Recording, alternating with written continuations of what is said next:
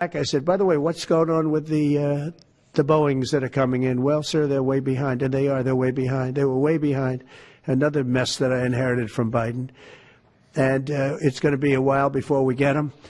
And I think Qatar, who has really, we've helped them a lot over the years in terms of security and safety. I think they, and very, very nicely, and I have a lot of respect for the leadership and for the leader, Qatar. And I think they knew about it because they buy Boeings. They buy a lot of Boeings.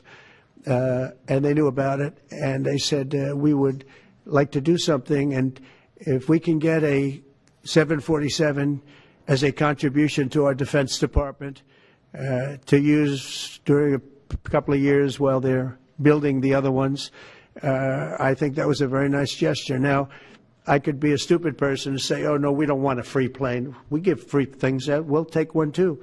And it helps us out because, again, we're talking about we have 40-year-old aircraft. The money we spend, the maintenance we spend on those planes to keep them tippy-top is astronomical. You wouldn't even believe it. So I think it's a great gesture from Qatar. I appreciate it very much. I would never be one to turn down that kind of an offer. I mean, I could be a stupid person say, no, we don't want a free, very expensive airplane. But I thought it was a great gesture.